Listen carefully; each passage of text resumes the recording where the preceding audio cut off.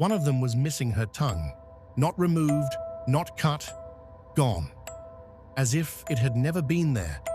She was 24 years old. She was found face down in a stream. And she was not the strangest thing investigators discovered.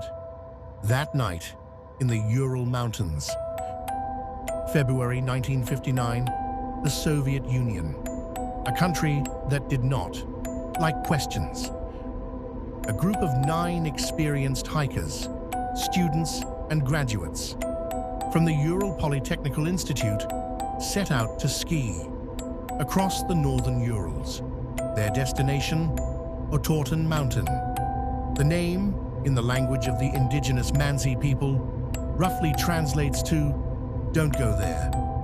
They went anyway.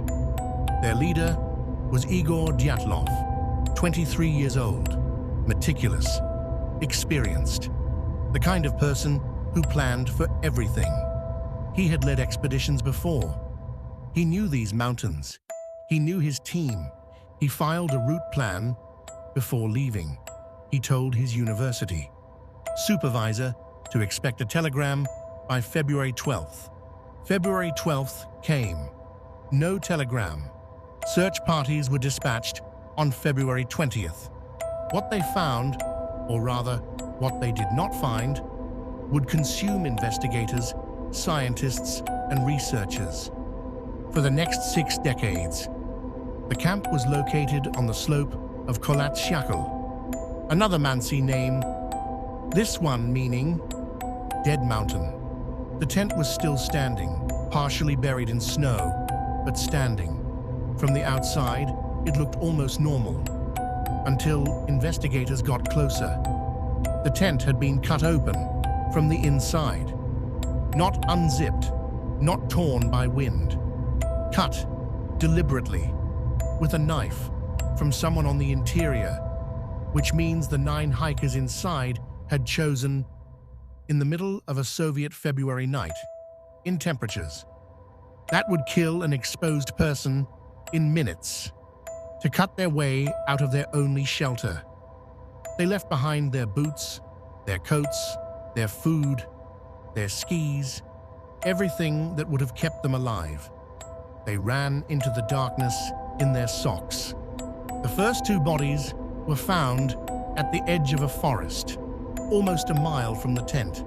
They were barefoot, wearing only underwear.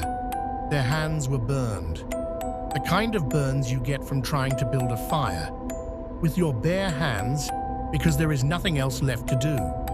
3 more were found nearby, scattered across the slope. Their postures told investigators they had been trying to crawl back toward the tent when they died.